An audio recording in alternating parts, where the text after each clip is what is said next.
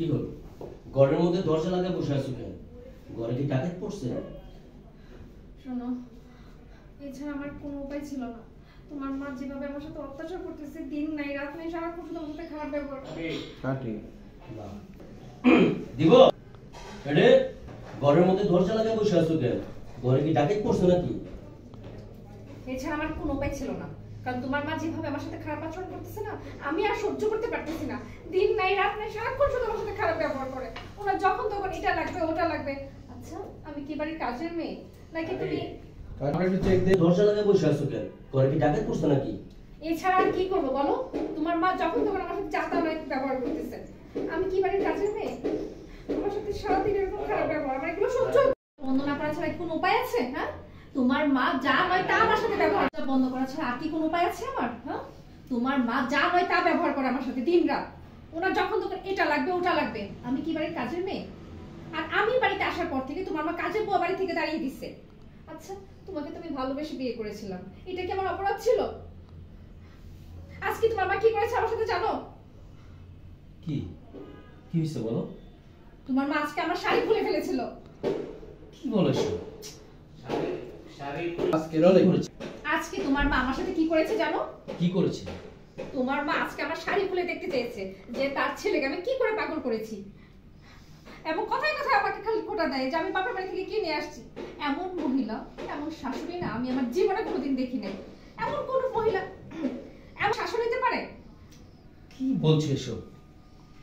আমি কত অত্যাচার সহ্য করবো তোমার জন্য? আমি আর পারতেছি না। প্লিজ আমাকে তুমি বাড়ি থেকে উদ্ধার করো।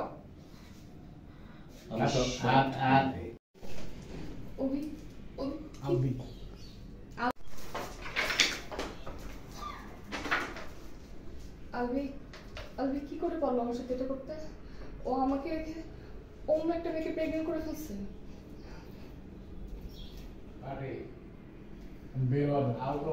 হ্যাঁ, কি করবো আমি কিছুই বুঝতে পারতেছি না। কি করলাম এটা আমি? এত ভালোবাসি, এত যত্ন করি, তারপর আপনার ছেলে আমার সাথে এগুলো করতেছে। কেন করতেছে মা? বাবা, আমি আমার ছেলেকে এত যত্ন করে বড় করলাম, ওরে ভালো স্কুলে লেখাপড়া শিখাইলাম, ওর কোনো কিছুর অভাব রাখিনি। ওর বাবা মারা যাওয়ার পর একদিনের জন্য আমি বুঝতে দিইনি ওর বাবা নাই। তো বিশ্বাস করো, আমি আমি বুঝতে পারছি না আমার ছেলেটা কেন এমন হয়ে গেল। আপনি যেহেতু কোনো পাপ করেননি, তাহলে মনে আমার শ্বশুর পাপ করছে, আমার শ্বশুর খারাপ ছিল। এসব কথা বলবো না বাবা। আপনি যেহেতু কোনো পাপ করেননি, তাহলে আমার শ্বশুর করছে। আমার মনে হয় কি জানেন, আমার শ্বশুর ভালো ছিল না, তারও চরিত্র খারাপ ছিল। বাবা, এসব তুমি কি বলতেছো? তুমি বিশ্বাস করো, তোমার শ্বশুর জীবনে আমাকে ছাড়া কোনো মেয়ে মানুষ দিকে তাকিয়ে দেখেনি। মৃত্যুর দিন পর্যন্ত না, মৃত্যুর দিন পর্যন্ত, হ্যাঁ মৃত্যুর দিন আমাকে ছাড়া কার চেহারা সে দেখেনি। যতদিন সে জীবিত ছিল, এই পৃথিবীতে ছিল, আমি তার ভুবন জুড়ে ছিলাম। জানো, সঙ্গ দোষ আমার ছেলেটা নষ্ট হয়ে গেছে। ঠিক আছে, আজও বাসায় আসুন, এর একটা ভিত আমাকে করতেই হবে।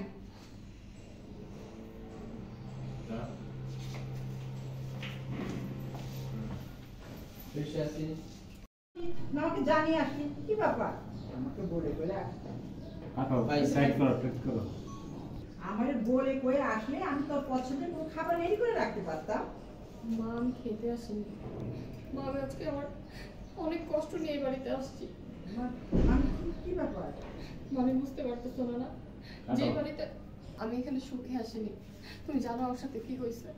আমার শ্বশুর বাড়ির লোকজন এখন আমার উপর অত্যাচার করে। আমি এই বাড়িতে অনেক কষ্ট নিয়ে আসছি।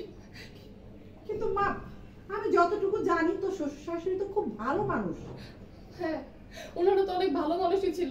হঠাৎ করে যে ওনাদের কি হলো আমি তো সেটাই বুঝতে পারতেছি না। প্রতিনিয়ত আমার উপর অত্যাচার করে। আর নতুন করে কি শুরু করছে জানো? এখন আমার কাছে টাকা চাইতেছে। তাও মা 1-2 লাখ টাকা না, পুরো 1 কোটি টাকা। আমাকে বলতে আমি যদি 1 কোটি টাকা না দিতে পারি, তাহলে যেন আমি ওই বাড়িতে আর কোনোদিন ফিরে না যাই। এসব তুই কি বলছিস সোমায়া? মা আমাকে বাড়ি থেকে ঘাট ধাক্কা দিয়ে বের করে দিছে, আর বলছে আমি যদি 1 কোটি টাকা না নিয়ে যাই তাহলে ওরা আমাকে ডিভোর্স দিয়ে দেবে। ওদের সাথে আমি থাকতে পারবো না। মা, আমার সাথে এরকম কেন হইতেছে বলো তো? আমি তো কোনো পাপ করে নাই মা। তাহলে তাহলে তুমি কি কোনো পাপ করতেছো? মা তুমি কি চিন্তা করতেছো? মানে মা তুই একটু শান্ত হ, আমি দেখি কি করতে পারি। তুই বস, তুই শান্ত হয়ে বস, চল বস। মা কি কি হয়েছে বাবা, ডাকছিস কেন? মা আমার না এক্ষুনি বাড়িতে যেতে হবে বুঝছো। তোমার রান্না বান্না কিছু করতে হবে না, আমি তাড়াতাড়ি যাই। কেন, কি কি ব্যাপার? তোমাদের জামাই আমাকে কল দিছিল। হ্যাঁ কেন মা? কল দিয়ে বললো যে টাকা পয়সা কিছু লাগবে না, আমাকে ওরা এমনিতেই নিয়ে যাবে। আর আমার শাশুড়ি তার ভুলটা বুঝতে পারছে না। আমি তাড়াতাড়ি যাই। হ্যাঁ আলহামদুলিল্লাহ, আল্লাহ তোমার কাছে লাখ লাখ শুকরিয়া। তুই যাবি কে মা? হ্যাঁ মা, আমি তাহলে আসি, আর তুমি ভালো থেকো। আমি শুনলাম ভালো থেকো। এত স্লো না। কেন? না আপা, আপনি রেডি।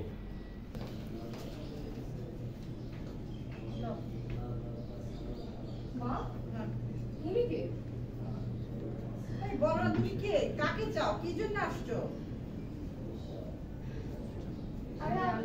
সময়ে বয়স ভালো।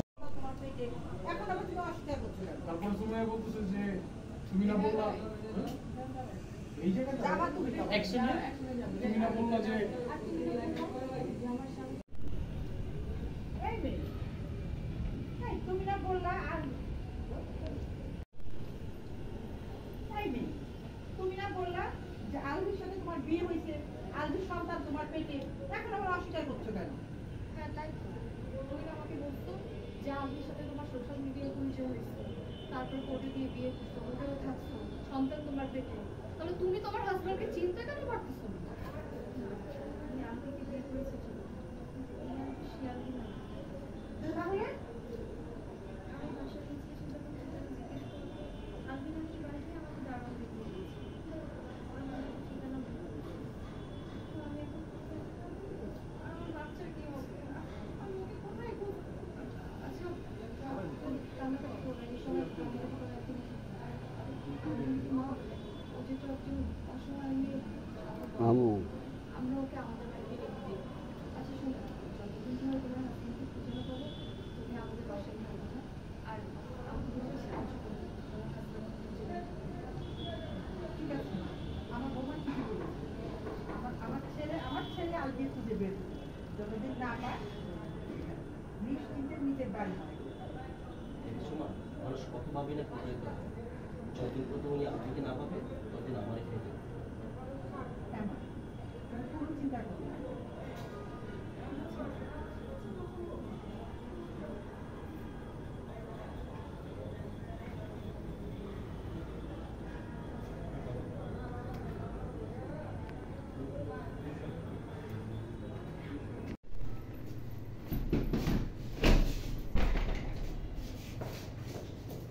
আরে আরে আরে এই মেয়ে, তুমি কে কে? দাঁড়াও দাঁড়াও দাঁড়াও। আরে আরে মা, তোমরা কি বলছো আমি কিছু বুঝতে পারছি না। কি বলছি, চল আমার সাথে, চল আয়। বাবা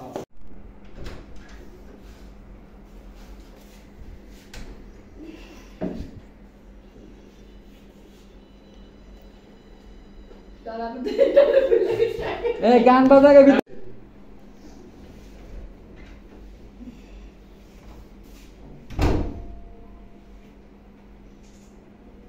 কি ব্যাপার?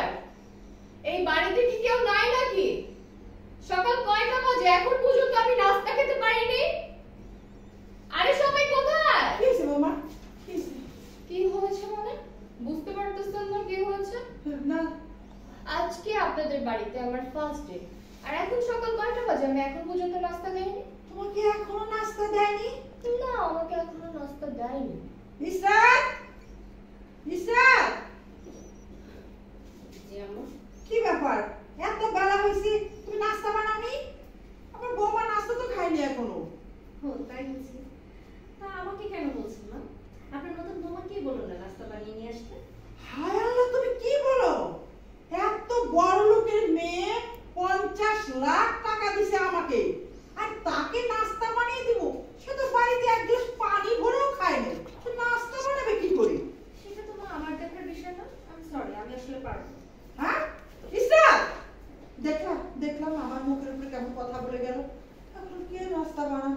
এক্সকিউজ মি, নাস্তা কে বানাবে সেটা তো আমার দেখার বিষয় না। আর এই বেয়াদব ছোট লোকের মেয়েটা কি বলছে সেটাও আমার দেখার বিষয় না। আমি নাস্তা খাবো, আমি 10 মিনিটের মধ্যে নাস্তা চাই, আমার নাস্তা খাওয়ার টাইম চলে যাচ্ছে। আচ্ছা মা, তুমি উত্তেজিত হবে না, কেউ না আবার আমি তোমার সাথে নাস্তা বানাই। টাচ করতেছেন ঠিক কেন? আছে ঠিক আছে, আমি যাচ্ছি, আমি তোমার নাস্তা বানাই দেবো, আমি যাচ্ছি তাড়াতাড়ি।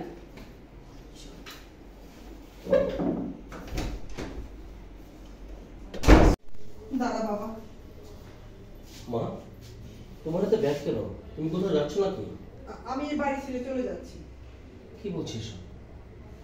কি বলছি বাবা, আমি পাচ্ছি না। কারণ তোর দুইটা বউ থাকতে প্রতিদিন আমাকে সকালবেলা ঘুমের থেকে উঠে নাস্তা বানাও, দুপুরে রান্না করো, কাপড় দাও, বাসন মাজো, বাথরুম দাও, বিছনা ঠিক কর। কি পসিবল? আমি কি কখনো এগুলো করছি? তোর বড় বউ আসার পরে তার ভরসা আমি সমস্ত কাজের মধ্যে বিদায় করে দিচ্ছি। এই আবার আমার কাছে লাগবে আর ওই যে ফোনে কথা বলতেছে সব। মা, তোমার হাতে ব্যাগ কেন? কোথাও যাচ্ছ নাকি? হ্যাঁ বাবা, আমি এই বাড়ি ছেড়ে চলে যাচ্ছি। কি বলছিস? কি করব? তোর দুইটা বউ থাকতে তারা ঘুমায়, আমি সকালবেলা উঠে নাস্তা বানাই, কাপড় ধুই, বিছনা ঠিক করি, ঘর ঝাড়ু দিই, বাথরুম ধুই। এটা কি সম্ভব? আমি কি এগুলো করছি কখনো? তোর বড় বউ আসার পরে আমি সমস্ত কাজে মহিলাকে বিদায় করে দিচ্ছি, এখন সমস্ত কাজ আমার করতে হয়। তোর ছোট বউ, সে তো একজন মানে আমাকে টাকা দিয়ে মনে হয় যে আমার কি করে ফেলছে, সে কথায় কথায় কথা কথা আমাকে টাকা ফোটা দেয়। আমি চাই না বাবা টাকা, আমার টাকার কোনো প্রয়োজন নেই, আমি শান্তি চাই, আমি একটু শান্তি চাই। তাই আমি ডিসিশন নিছি, আমি এই বাসায় থাকবো না, আমি এই বাসায় থাকবো না, আমি চলে যাবো। আপনি এতটুকুতে চলে যাবেন মা? আমি যতদিন ধরে এই বাসায় এসেছি আমাকে তো একটা মুহূর্তের জন্য শান্তিতে থাকতে দেননি। আমি যদি কাজও করতে